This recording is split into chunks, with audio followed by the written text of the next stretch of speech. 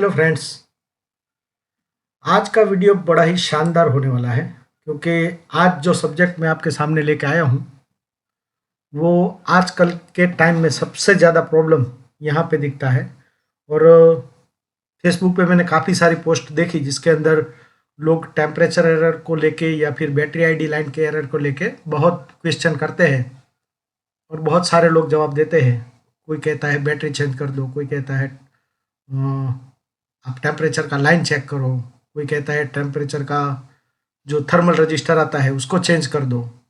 सब सॉल्यूशन सही है लेकिन हर बार एक ही प्रॉब्लम नहीं होता है। यानी कि कोई लिखता है ना जैसा 1000% सॉल्यूशन, 100% सॉल्यूशन, तो 100% या 1000% सॉल्यूशन हर बार बैटरी चेंज करने से या थर्मल रजिस्टर चेंज करने से नहीं होता है। क्योंकि सबसे पहले समझना होता है कि ये काम किस तरह से करता है, यानी कि ये सर्किट किस तरह से काम करती है। थर्मल की सर्किट किस तरह से काम करेगी, आईडी की सर्किट किस तरह से काम करेगी, पहले हमें ये समझना पड़ेगा। जब तक हम ये नहीं समझेंगे तब तक हम इस फॉल्ट के इर्द गिर्द घूमते रहेंगे लेकिन सॉल्यूशन हमसे नहीं आएगा। क्योंकि बैटरी में भी प्रॉब्लम होता है, थर्मल रजिस्टर में भी प्रॉब्लम होता है, उसकी लाइन में भी प्रॉब्लम होता है, सीपीयू से भी इश्यू हो सकता है। तो इस तरह के बहुत सारे इश्यू हो सकते हैं लेकिन वो इश्यू कौन सा है उसको अगर हमें समझना है तो हमें अगर उसका परफेक्ट सॉल्यूशन चाहिए तो हमें उस सर्किट को पहले समझना पड़ेगा। तो ये सर्किट काम कैसे करती है दोस्तों, ये जो सर्किट है ये थर्मल की सर्किट आप ले लो या आईडी की सर्किट ले लो, उसमें या तो एक डिवाइडर सर्किट का यूज़ किया गया होगा या तो पैरेलल सर्किट का यूज़ किया गया होगा। तो आज मैं आपको इसको दिखाने वाला हूँ जो कि आपको इसका परमानेंटली सॉल्यूशन मिल जाएगा कि अगर आपके पास थर्मल को लेके कोई इश्यू आता है या आपके पास बैटरी आईडी लाइन को लेके प्रॉब्लम आता है तो वो सिर्फ दो जगह से आता है। तो वो दो जगह कहाँ से होगी, और उसमें दो सर्किट है जो मैंने आपको बताया कि कैसे काम करती है। यानी कि उसके अंदर या तो डिवाइडर सर्किट का यूज़ होगा या तो पैरेलल सर्किट का यूज़ होगा। डिवाइडर सर्किट और पैरेलल सर्किट दोनों एक साथ में भी देखी है मैंने कई फ़ोन के अंदर, तो इस तरह से भी होती है। लेकिन मैंने आज एक ऐसा फ़ोन लिया है, ऐसा सेट लिया है जिसके अंदर एक सर्किट जो है वो डिवाइडर सर्किट का यूज़ किया गया है, तो एक आईडी लाइन के अंदर पैरेलल सर्किट का यूज़ किया गया है। तो ये दोनों सर्किटों का यूज़ करके किस तरह से ये लाइन बनाई है, ये सर्किट किस तरह से बनी है और ये कैसे काम करती है, इसको हम समझने वाले हैं। तो हम आगे बढ़ते हैं और मैं आपको बताता हूँ कि ये सर्किट किस तरह से काम करती है। पहले हम देख लेते हैं कि मैं कौन से मॉडल के बारे में आपको समझाने वाला हूँ यहाँ पे।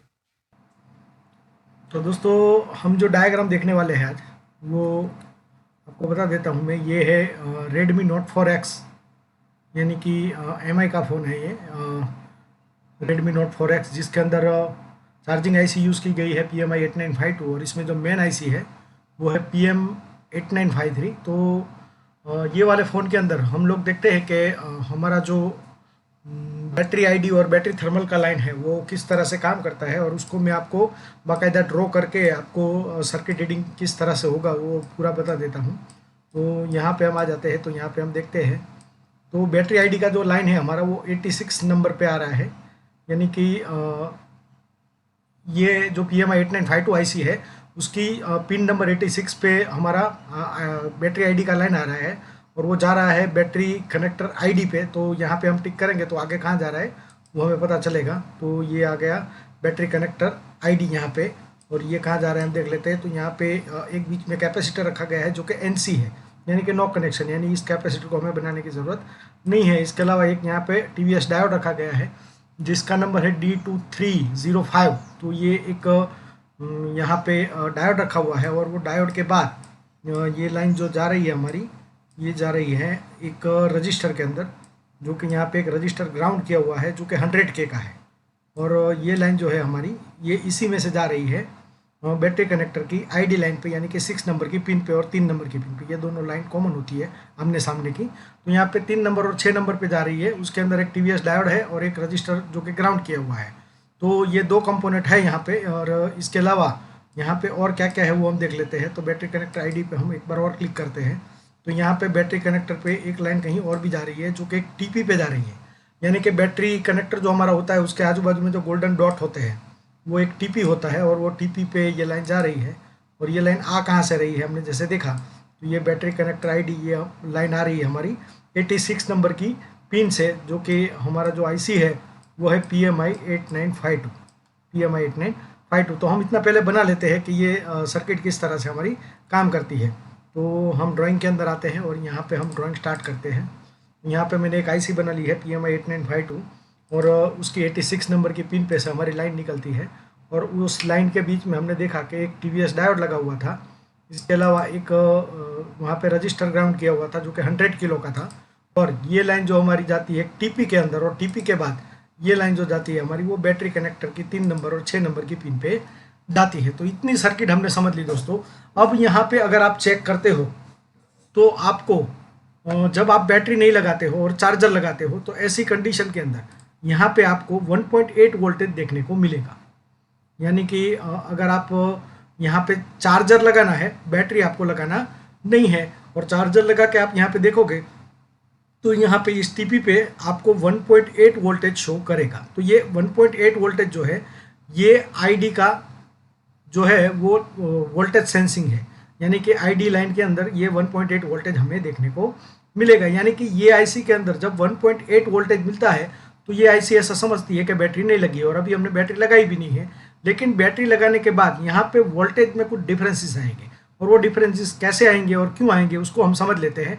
तो यहाँ पे हम लगा देते हैं एक बैटरी जो कि हमारा Redmi Note 4X का जो बैटरी है उसको लगा देते हैं। इस बैटरी के अंदर होता क्या है दोस्तों कि बैटरी की सर्किट को आप यहाँ से ओपन करोगे तो यहाँ पे कुछ रजिस्टर आपको देखने को मिलेंगे। उसमें से एक रजिस्टर जो होगा वो आपकी ID लाइन का रजिस्टर होगा। यानी कि आपकी ID लाइन के अंदर एक रजिस्टर रखा गया है जो कि यहाँ पे 50 किलो ओम्स का रजिस्टर होता है और उस रजिस्टर को किया जाता है ग्राउंड।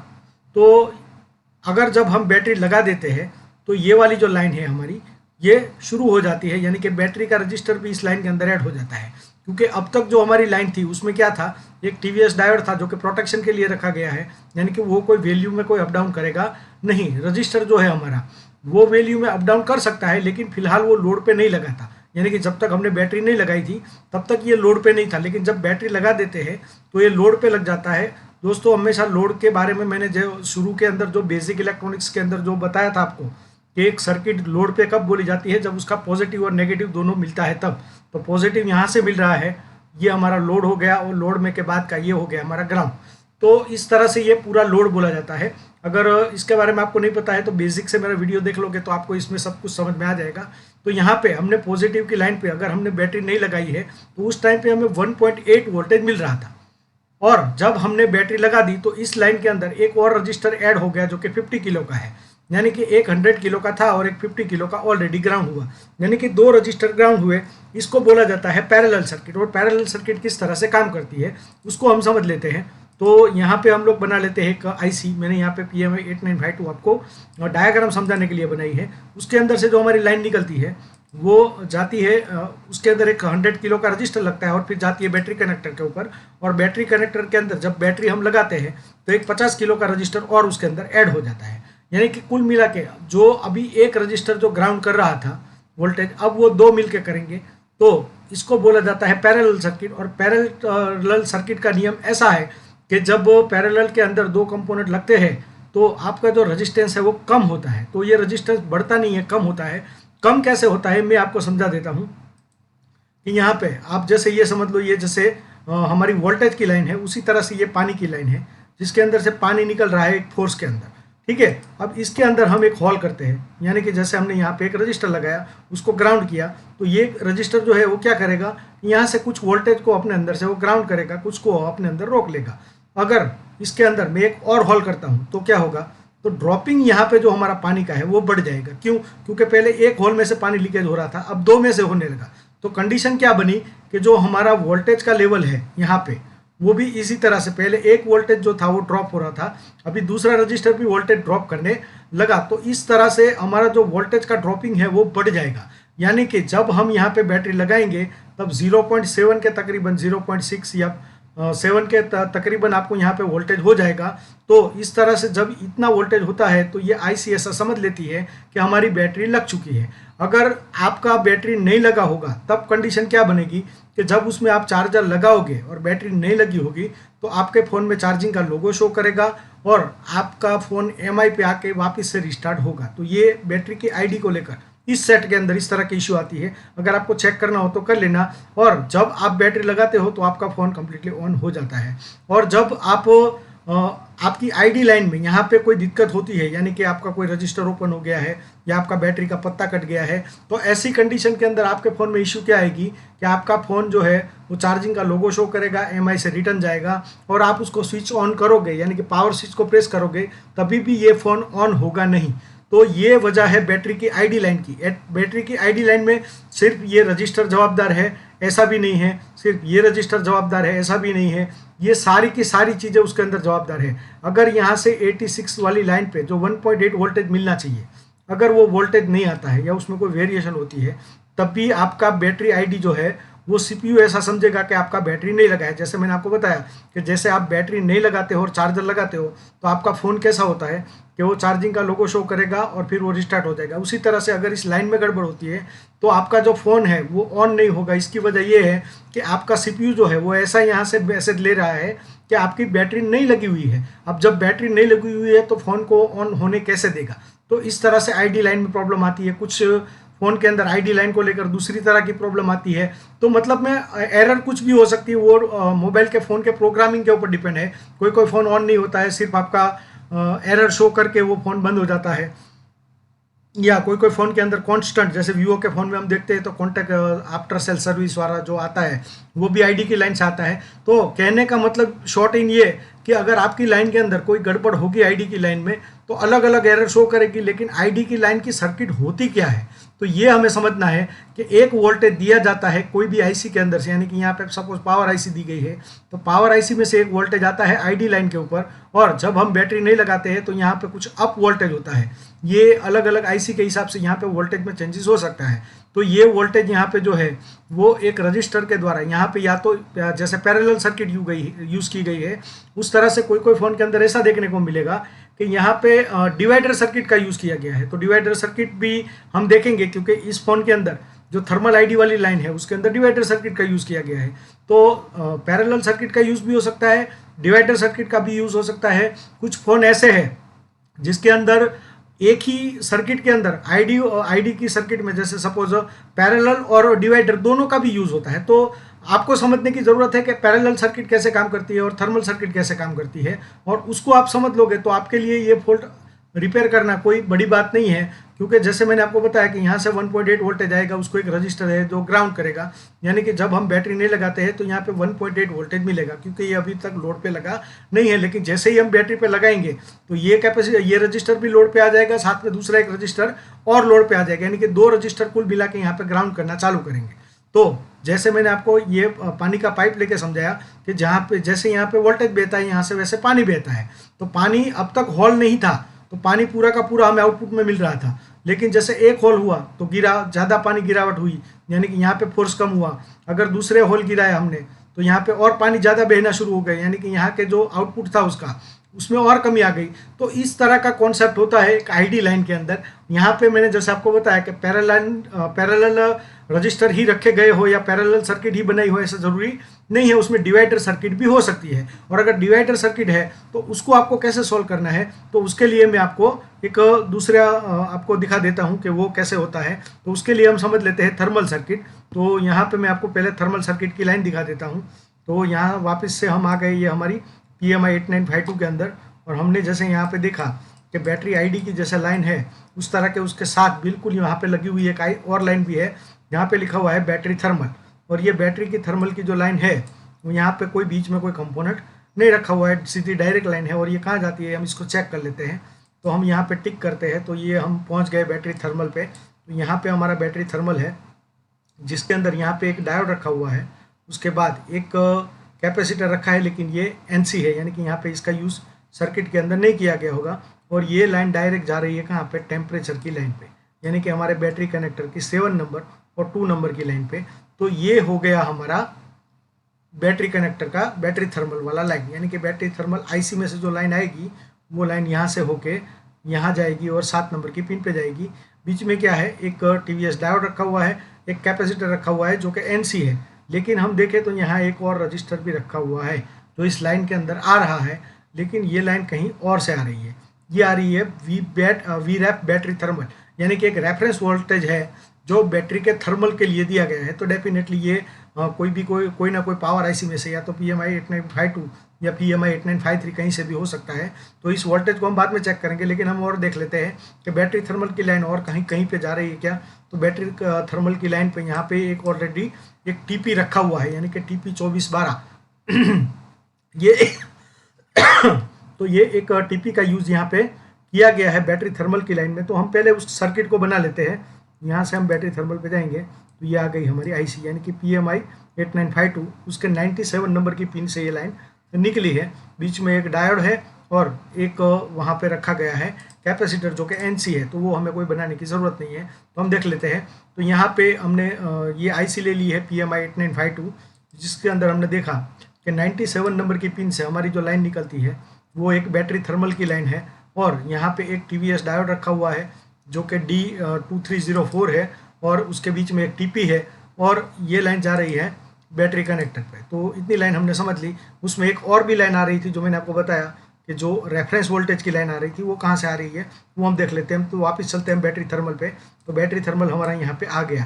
तो यहाँ पे हम देखेंगे तो एक रजिस्टर रखा हुआ है R2300 जो कि एक 10 किलो ओम्स का रजिस्टर है, और ये 10 किलो ओम्स का जो रजिस्टर आया है इसके ऊपर जो वोल्टेज आए हैं वो कहाँ से आए हैं, VREF बैटरी थर्मल से। तो अगर इसके ऊपर हम टिक करते हैं तो VREF बैटरी थर्मल हमें कहाँ लेके जा रहा है, तो ये लेके जा रहा है R बायस करके एक वोल्टेज है। यहाँ पे दोस्तों 2.8 वोल्टेज आपको देखने को मिलेंगे, जो कि पावर आईसी यानी कि यही वाली हमारी जो चार्जिंग आईसी है PMI 8952, इसी के अंदर से ये वोल्टेज आता है। तो हम देख लेते हैं कौन सी आईसी है। तो यही आईसी है PMI 8952, जिसके अंदर यहाँ पे उसका वोल्टेज आ रहा है, जो कि हमने देखा था पिन नंबर कौन सा था 85। तो ये 85 नंबर की पिन से यहाँ से एक वोल्टेज आउटपुट हुआ, और वही उसके अंदर एक 10 किलो ओम्स का रजिस्टर लगा के वो लाइन वहीं पे दी गई, यानी कि बैटरी थर्मल की लाइन पे। तो हम यहाँ पे देख लेते हैं। तो ये हमारा 85 नंबर का पिन, तो 85 नंबर की पिन पे से हम वोल्टेज देते हैं। तो ये वोल्टेज दे के फिर उसमें एक रखा गया है रजिस्टर, और ये रजिस्टर को जोड़ा गया है उसी लाइन के साथ बैटरी थर्मल की लाइन पे। तो यानी कि ये हमारा जो रजिस्टर का बाइसिंग था वो कंप्लीट हो गया। अब यहाँ पे कंडीशन क्या है कि यहाँ पे आप चार्जर लगाते हो और बैटरी नहीं लगाते हो, तो ऐसी कंडीशन में आपको 2.8 वोल्टेज देखने को मिलेंगे। अगर आपको चेक करना हो तो आप चेक कर लेना। तो यहाँ पे जो वोल्टेज मिलेंगे वो 2.8 वोल्टेज मिलेंगे। दोस्तों सब आईसी के अंदर वोल्टेज में यहाँ पे वेरिएशन हो सकता है, लेकिन जो इसकी सर्किट की कैलकुलेशन है उसमें कभी कोई चेंजेस नहीं होगा। आप कोई भी फ़ोन की चाहे सर्किट उठा लो, उसके अंदर इसी तरह की डिवाइडर सर्किट आपको देखने को मिलेगी थर्मल की लाइन पे खास करके। तो थर्मल की लाइन में आपको हमेशा डिवाइडर सर्किट देखी जाती है, और ये डिवाइडर सर्किट किस तरह से काम करती है मैं आपको अलग से डायग्राम बना के भी दिखाऊंगा। पहले इस आईसी को हम समझ लेते हैं। तो यहाँ पे हमने जैसे देखा कि जब हम बैटरी नहीं लगाते हैं और चार्जर लगाते हैं तो हमें यहाँ पे 2.8 वोल्टेज मिल रहा है विथ चार्जर नो बैटरी। ये चीज़ हमेशा याद रखना, यानी कि आपने बैटरी नहीं लगाई है, सिर्फ चार्जर लगाया है, तो ऐसी कंडीशन में आपको यहाँ पे 2.8 वोल्टेज मिल रहा है। अब इस लाइन के अंदर है क्या क्या, एक डायोड है जो कि प्रोटेक्शन के लिए रखा गया है, और एक रजिस्टर है जो कि सीरीज में रखा गया है, यानी कि जिसको हम बोलेंगे R1। और जब यहाँ पे हमारी बैटरी लगती है तो जैसे मैंने आपको बताया कि आईडी की लाइन में एक रजिस्टर होता है 50 किलो का, उसी तरह से थर्मल की लाइन के अंदर भी एक रजिस्टर आपको देखने को मिलेगा बैटरी की सर्किट के अंदर। तो बैटरी की सर्किट के अंदर जो रजिस्टर आपको देखने को मिलेगा वो भी आपको 10 किलो ओम्स का रजिस्टर देखने को मिलेगा। दोस्तों अब जब बैटरी हम लगा देते हैं तो कंडीशन क्या बनती है कि ये जो है हमारी डिवाइडर सर्किट बन जाती है। यानी एक तरह से देखा जाए तो यहाँ से एक रजिस्टर है ये R1 हो गया, और दूसरा रजिस्टर हमने ग्राउंड किया जो कि R2 बन गया। तो ये डिवाइडर सर्किट फॉर्मूला अगर आपको समझ में नहीं आता है तो मेरा जो YouTube चैनल है उसके अंदर मैंने एक बेसिक इलेक्ट्रॉनिक्स करके रखा हुआ है, उसमें कुछ 17-18 वीडियो है, उसके अंदर मैंने ये रजिस्टर का पूरा डिवाइडर सर्किट समझाया हुआ है। उसको आप देख लोगे तो आपका इसको कैलकुलेशन कैसे करना है वो आपको समझ में आ जाएगा। तो डिवाइडर सर्किट की एक कैलकुलेशन होती है दोस्तों, एक तरह का मैथ्स है ये आपको समझना पड़ेगा। तो यहाँ पे हम उसको मैं एक आपको दूसरा डायग्राम बना के समझा देता हूँ। तो यहाँ पे हमने आईसी ले ली PMI 8952, उसके अंदर हमने रख दिया एक डायोड जो कि TVS प्रोटेक्शन के लिए रखा है, और ये लाइन जाती है हमारी कहाँ पे बैटरी कनेक्टर के ऊपर। उसके अंदर हमने देखा कि इसी आईसी से एक वोल्टेज आउटपुट हुआ है जो कि V रेफरेंस वोल्टेज है, और ये रेफरेंस वोल्टेज के बीच में एक रजिस्टर लगा के यही वाली लाइन पे दिया गया। यानी कि कुल मिला के इस लाइन पे अभी भी एक रजिस्टर है जो कि 10 किलो ओम्स का है, और जब हम बैटरी लगा देते हैं तो एक दूसरा 10 किलो ओम्स का रजिस्टर हो जाता है। तो इस तरह से हम देखा जाए तो ये R1 बन गए, ये R2 बन गया, यानी कि डिवाइडर सर्किट हो गई। और डिवाइडर सर्किट का फॉर्मूला ये कहता है कि जब दो रजिस्टर एक ही वैल्यू के हो और उस पर जो वोल्टेज दिया जाता है तो आउटपुट के अंदर वो वोल्टेज हाफ हो जाता है, यानी कि यहाँ पे बीच में दोनों रजिस्टर के बीच में से डिवाइडर सर्किट निकलती है। यानी कि यहाँ पे आप चेक करोगे, यानी कि ये टेस्ट पॉइंट पे भी आप कर सकते हो, आप ये बैटरी के कनेक्टर पे भी चेक कर सकते हो, या इस डायोड पे भी चेक कर सकते हो। सब जगह पे आपको विदाउट बैटरी और चार्जर लगाने पर यहाँ पे 2.8 वोल्टेज मिलेंगे, और जब आप बैटरी लगा दोगे तो ये डिवाइडर सर्किट पूरी हो जाएगी और आपका जो वोल्टेज है वो आधा हो जाएगा, यानी यहाँ पे 1.4 वोल्टेज तकरीबन हो जाएगा। दोस्तों ये वोल्टेज के अंदर थोड़ा बहुत चेंजेस हो सकता है। इसकी वजह ये है कि हमारा जो ये 10 किलो का रजिस्टर है ये रूम टेम्परेचर की वैल्यू है इसकी, यानी कि अगर आप एसी के अंदर बैठे हो जहाँ पे 22-25 डिग्री टेम्परेचर है तो उस कंडीशन के अंदर ये वोल्टेज रीडिंग में चेंज होगा। अगर आप किसी गर्म जगह पे बैठे हुए हैं तो भी आपकी इस रजिस्टर की रीडिंग में चेंज होगा, तो ये डिवाइडर सर्किट में थोड़ा बहुत चेंज आएगा। तो ये वोल्टेज का जो आपका वेरिएशन है वो थोड़ा बहुत चेंज होता है। लेकिन हमारा जो मोबाइल की सर्किट होती है वो एक स्मार्ट सर्किट है और इसके अंदर ऐसी वेरिएशन के लिए भी जगह रखी है, और वो कैसे काम करता है वो मैं आपको पहले समझा देता हूँ। लेकिन एक बार फिर से मैं आपको बता दूं कि जब हमने बैटरी नहीं लगाई थी और चार्जर लगाया था तब यहाँ पे 2.8 वोल्टेज था। जब हमने बैटरी लगा दी तो बैटरी में भी एक रजिस्टर ऑलरेडी ग्राउंड किया हुआ था जो कि 10 किलो का था, 10 किलो ओम्स का था, यानी कि यहाँ पे बन गई डिवाइडर सर्किट। और डिवाइडर सर्किट के फॉर्मूला के हिसाब से यहाँ पे वोल्टेज हो गए आधे, तो इस तरह से यहाँ पे 1.4 वोल्टेज हुए। अब हम देख लेते हैं कि सीपीयू जो है उस हीटिंग को कैसे सेंस करता है और कैसे वो टेम्परेचर की एरर शो करता है हमें, तो उसको हम समझ लेते हैं। जैसे मैंने यहाँ पे लिखा हुआ है कि after connect battery with charger, तो यहाँ पे आपको 1.4 वोल्टेज मिलेंगे। तो ठीक है, ये बात तो समझ में आ गई। अब मैं आपको समझाता हूँ कि ये फॉर्मूला काम कैसे करता है। तो यहाँ पे मैंने एक नॉर्मल रजिस्टर लिया हुआ है जो कि 100 किलो ओम्स का है। उसके साथ में मैंने एक और रजिस्टर जोड़ा है जो कि यहाँ पे एनटीसी रजिस्टर मैंने लिया हुआ है, और ये मैंने बैटरी के अंदर दिखाया। दोस्तों कोई कोई सर्किट ऐसी मिलेगी, कोई कोई मोबाइल की ब्रांड ऐसी मिलेगी जहाँ पे आपको एनटीसी रजिस्टर बैटरी के अंदर यूज ना करके सर्किट के अंदर भी यूज किया होता है। जैसे सैमसंग के किसी भी सेट में आपको थर्मल रजिस्टर यानी कि एनटीसी रजिस्टर आपको बैटरी के अंदर नहीं मिलेगा, ये हमेशा बोर्ड के अंदर होता है। और इसके ऊपर मैं पूरा एक वीडियो बनाऊंगा क्योंकि सैमसंग की जो सर्किट होती है वो उसमें किस तरह से काम होता है और ये कहाँ कहाँ पे लगती है, क्योंकि इसमें 2-3 तरह की सर्किटें होती है। जैसे मैंने आगे शायद बताया था आपको या मुझे याद नहीं है कि उसमें आपका एक एप्लीकेशन थर्मल भी होता है, एक ये आपका बैटरी वाला थर्मल भी होता है, इसके अलावा नेटवर्क थर्मल भी होता है। यानी कि 3 जगह पे तो मैंने देखे हैं। हालांकि सर्किट सेम ही होती है लेकिन सबका काम का तरीका अलग अलग रहता है, यानी कब एरर वो देगा उसके ऊपर डिपेंड है, जिसके ऊपर मैं एक वीडियो आपको बना के अलग से दूंगा आगे चल के।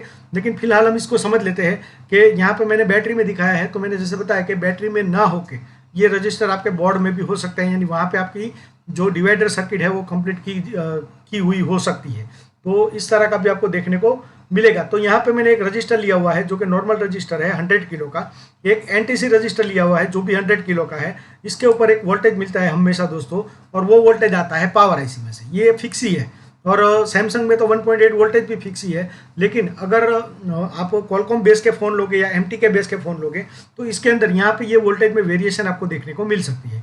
फॉर्मूला यही होगा, सिर्फ आपका कैलकुलेशन में वोल्टेज चेंज होगा, यानी कि यहाँ पे 1.8 की जगह पे 2.8 हो सकता है, 3 वोल्टेज हो सकता है। तो ये पावर आईसी की डिज़ाइन के ऊपर डिपेंड है, लेकिन फॉर्मूला यही वाला लगेगा। यानी कि आप फॉर्मूला को पकड़ो, वोल्टेज पे मत जाओ। अगर फॉर्मूला आप समझ जाओगे तो वोल्टेज चाहे कुछ भी हो आप उसका कैलकुलेशन कर लोगे। तो वो कैलकुलेशन कैसे होगा उसको हम समझ लेते हैं। सपोज यहाँ पे हमने 1.8 वोल्टेज दिया है, एक रजिस्टर है हमारे, ये हो गया R1, ये रजिस्टर हो गया R2। और जैसे मैंने आपको बताया कि डिवाइडर सर्किट के अंदर दोनों रजिस्टर जब सेम होते हैं तो बीच में से जो वोल्टेज निकलेगा वो हाफ होता है। तो इसको बोला जाता है थर्मल सेंसिंग लाइन। ये जो लाइन होती है थर्मल सेंसिंग लाइन, ये हर फोन के अंदर अलग अलग जगह पे जाती है। कोई फोन के अंदर ये पावर आईसी में जाती है, और सैमसंग का फोन होगा तो डेफिनेटली ये सीपीयू में जाएगी। तो ये मैंने कॉमन ही ले लिया है, आपको समझ में आ जाए इसके लिए। तो यहाँ पे मैं जो आईसी लेता हूँ आप उसको पीएम भी समझ सकते हो, सीपीयू भी समझ सकते हो, दोनों समझ सकते हो। ये थर्मल सेंसिंग की जो लाइन है ये जाती है सीपीयू में, जिसको सीपीयू सेंस करता है। हालांकि सीपीयू के पास ऐसी सेंसिंग की कोई पावर नहीं है कि वो अगर हमारी लाइन में कोई हीटिंग होती है तो उसको वो महसूस कर लेता है। सीपीयू के पास ऐसा कोई पावर नहीं होता है। जो भी खेल होता है वो ये एनटीसी रजिस्टर का होता है। एनटीसी रजिस्टर के चैप्टर में जब मैंने बेसिक इलेक्ट्रॉनिक्स समझाया तब मैंने आपको एक बात बताई थी कि एनटीसी रजिस्टर एक ऐसा रजिस्टर है कि जो गर्म होता है यानी कि जब ये हीट होता है तो ये अपनी वैल्यू गिराने लगता है। सपोज यहाँ पे 100 किलो है, अभी फिलहाल यहाँ पे कंडीशन क्या है कि 1.8 वोल्टेज दिया है हमने, और एक रजिस्टर ये है, एक रजिस्टर ये है, तो हमें यहाँ पे आउटपुट में जो वोल्टेज मिलेगा वो मिलेगा 0.9। अब अभी होगा क्या कि ये 0.9 आ रहा है, यानी कि ये हमारी रेगुलर कंडीशन है। लेकिन अगर इस कंडीशन में चेंज होता है, यानी कि हमारी पीसीबी के अंदर कहीं भी कोई हीटिंग होती है, तो वो हीटिंग को महसूस करता है ये रजिस्टर, और ये रजिस्टर जब हीट होता है तो ये क्या करता है कि अपनी वैल्यू गिराता है। जैसे यहाँ पे मैं इसको हीटिंग देता हूँ, तो यहाँ पे मैंने उसको हीटिंग देना शुरू किया, तो जब हीटिंग इसको दूंगा तो ये क्या करेगा कि ये अपनी 100 किलो की जो वैल्यू है उसको घटाएगा, यानी कि 90 किलो ओम्स का हो जाएगा, ये 80 किलो का भी हो जाएगा, ये 70 किलो का हो जाएगा। यानी जैसे जैसे इसके ऊपर हीटिंग बढ़ेगी वैसे वैसे ये यहाँ से अपनी वैल्यू को गिराएगा। अब जो है वो टर्निंग पॉइंट है, वो अब समझने जैसा है दोस्तों। तो यहाँ पे आपका कॉन्सेंट्रेशन मुझे चाहिए। अभी होगा क्या कि जैसे मैंने आपको बताया कि नॉर्मल कंडीशन में जब हमारा यहाँ पे 0.9 वोल्टेज था, लेकिन क्योंकि यहाँ का रजिस्टर जो है वो अपनी वैल्यू डाउन कर रहा है, तो यहाँ की वैल्यू में भी बदलाव होगा।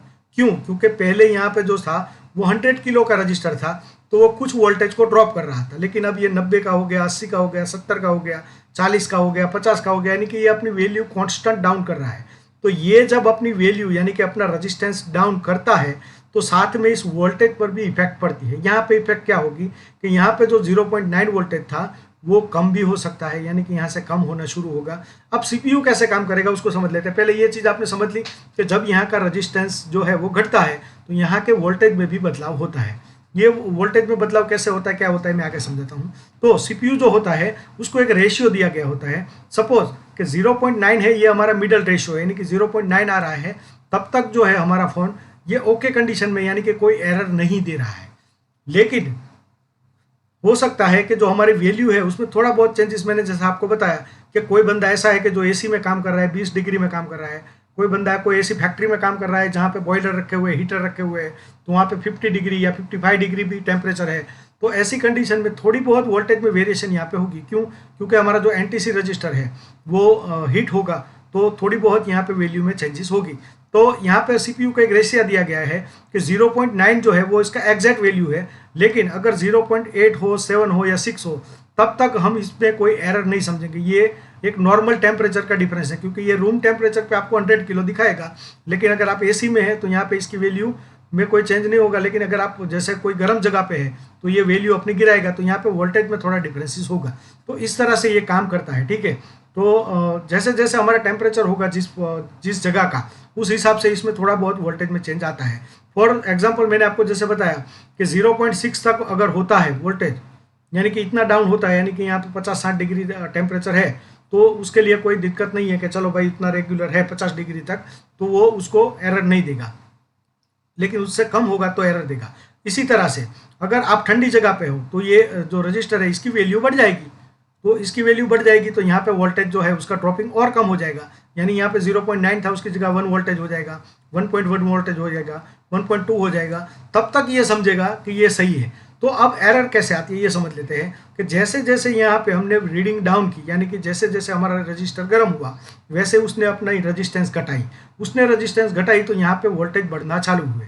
यानी कि पहले 0.9 आता था, सॉरी घटना चालू हुए, यानी कि कम होना चालू हुए। यानी कि जब आपकी हीटिंग बढ़ती है तो यहाँ पे वोल्टेज कम होता है। ये चीज़ दोस्तों हमेशा याद रखना, रजिस्टर के ऊपर हीटिंग बढ़ेगी तो उसका रजिस्टेंस कम होगा, इसका रजिस्टेंस कम होगा तो यहाँ पे वोल्टेज भी कम निकलेगा आउटपुट में। यानी कि थर्मल सेंसिंग जो हमारी लाइन है जिसको सीपीयू या पावर ऐसी सेंस कर रहा है, यहाँ पे वोल्टेज में गिरावट आएगी। कैसे गिरावट आएगी? यानी कि 0.9 होगा, 0.8 होगा, 0.7 होगा, 0.6 होगा। यानी कि 0.6 होगा तब तक तो ये इसका इनिशियल रेशियो है, यानी कि एक रेशियो सेट किया गया है कि 0.6 तक सब ओके है। लेकिन अगर 0.5 हुआ या 0.4 हुआ तो ऐसी कंडीशन के अंदर आपका जो फ़ोन है वो एरर देगा टेम्परेचर टू हाई। ये टेम्परेचर टू हाई क्यों दे रहा है कि आपका रजिस्टर जो है वो गर्म हो रहा है। यानी सीपीयू को जब वोल्टेज कम मिलता है तो सीपीयू ऐसा समझता है कि आपका जो रजिस्टर है वो हीट हो रहा है, जिसकी वजह से ये वैल्यू डाउन हो रही है, यानी कि आपके फ़ोन का टेम्परेचर हाई हो गया है। तो ये एक चीज़ आपको समझ में आ गई। अब टेम्परेचर टू लो कैसे आता है? जैसे ये रजिस्टर सपोज ओपन हो जाए तो यहाँ पे से 1.8 वोल्टेज है वो पूरे के पूरे मिल जाएंगे, या कोई और कंडीशन बनती है तो ऐसी कंडीशन के अंदर यहाँ पे अगर वोल्टेज बढ़ता है तो ये वोल्टेज बढ़ने पर यहाँ पे क्या होगा कि यहाँ पे भी वोल्टेज बढ़ेगा, यानी कि यहाँ पे 0.9 है, 1 होगा, 1.1 होगा, 1.2 होगा, तब तक सीपीयू समझेगा कि सब ठीक है, बराबर है। लेकिन 1.3 या 1.4 होगा तब समझेगा कि आपका टेम्परेचर टू लो है, यानी कि आपका टेम्परेचर बिल्कुल कम हो गया है। दोस्तों ये टेम्परेचर टू लो की एरर है, वो हर फ़ोन के अंदर नहीं होती है। यानी कि कभी कभी ऐसा भी मिलेगा कि फ़ोन की जो प्रोग्रामिंग की गई है उसमें हाई के लिए तो ऑप्शन रखा है, लेकिन टेम्परेचर टू लो के लिए कोई ऑप्शन नहीं रखा होता है। तो ऐसी कंडीशन में आपके फ़ोन के अंदर जब टेम्परेचर टू हाई का एरर आता है और आप ये रजिस्टर निकाल देते हो, तो बनता क्या है कि यहाँ पे जो ड्रॉपिंग थी वो ड्रॉपिंग बंद हो गई, यानी कि 1.8 पूरा का पूरा मिल गया सीपीयू को। अब सीपीयू को 1.8 पूरा मिला, तो हालांकि उसको शो करना चाहिए था टेम्परेचर टू लो, लेकिन यहाँ पे उसने शो नहीं किया। तो अब क्या हुआ कि सीपीयू के अंदर, मतलब हमारे प्रोग्रामिंग के अंदर, ईएमसी के अंदर ऐसी कोई प्रोग्रामिंग नहीं है कि टेम्परेचर टू लो दिखाया जाए, सिर्फ हाई के लिए ऑप्शन रखा है, तो लो के लिए आपका कोई प्रॉब्लम सॉल्व नहीं होगा। इसलिए कुछ लोग बोलते हैं कि टेम्परेचर का जो आपका रजिस्टर है वो निकाल के फेंक दो तो कोई प्रॉब्लम नहीं आएगी। लेकिन अगर उसमें प्रोग्रामिंग नहीं की गई है, तो अगर यहाँ पे प्रोग्रामिंग की गई है टेम्परेचर टू लो की, तो जैसे ही आप ये रजिस्टर निकालोगे आपका प्रॉब्लम आ जाएगा टेम्परेचर टू लो। तो इस तरह का प्रॉब्लम भी आ सकता है, टेम्परेचर टू हाई का प्रॉब्लम भी आ सकता है। और इस के अंदर बाकी ऐसी कोई रॉकेट साइंस का यूज़ नहीं किया गया है, सिर्फ और सिर्फ आपकी थर्मल की सेंसिंग, हीटिंग को सेंसिंग करके ये सीपीयू एक एरर देता है और इसी से ये हमारा प्रॉब्लम सॉल्व होता है। बाकी इसके अंदर और कोई बड़ी बात नहीं है। दोस्तों अगर आपको ये वीडियो अच्छा लगा हो तो आप इसे लाइक करिए, हमारी चैनल को सब्सक्राइब करिए और दूसरों को भी फॉरवर्ड करिए। दोस्तों कुछ लोगों ने मुझे पूछा था कि आपकी नई बैच कब स्टार्ट हो रही है, तो एक बैच तो हमारी ऑलरेडी चालू है। अभी फिलहाल मैं कोई दूसरी बैच स्टार्ट करने वाला नहीं हूँ, लेकिन हम लोगों ने सोचा है कि 2 अगस्त मंडे से हम दूसरी बैच चालू कर रहे हैं और उसका एडमिशन अभी हम लोगों ने स्टार्ट कर दिया है। तो अगर कोई स्टूडेंट एडमिशन लेना चाहता है तो वो हमें कॉल करके अपनी सीट बुक करा सकता है।